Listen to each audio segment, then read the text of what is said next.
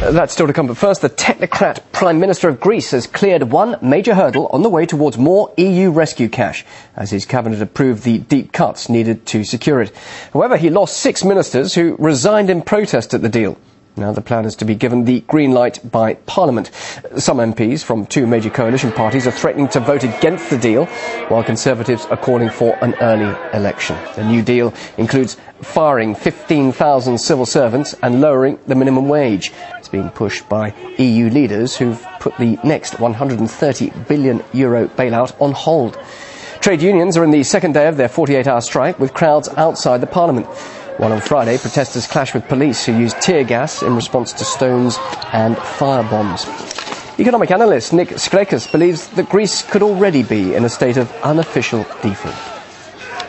It looks highly likely that the Parliament will get enough votes to pass this package. It only needs a majority of the 300 members of deputies. It's a unicameral system here. What we have at the moment is a structured default.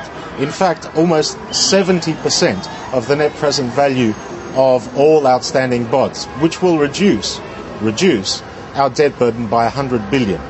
Now, that isn't such a terrible deal. I'm not sure that all of the investors will take it up. It may not get 100% take-up, but it may get 70 or 80%, and even that helps. The European leaders face some difficulties here, because while in Greece there is a lot of austerity wariness, over there is a lot of bailout fatigue.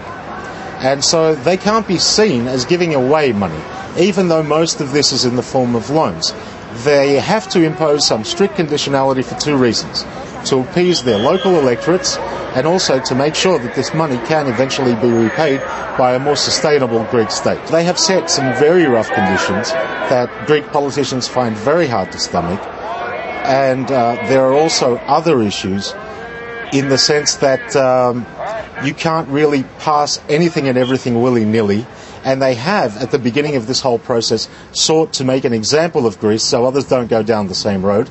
And if they don't disperse the money quickly, which they haven't done, it increases their leverage over Greek politicians and the Greek government to pass the kind of measures they want.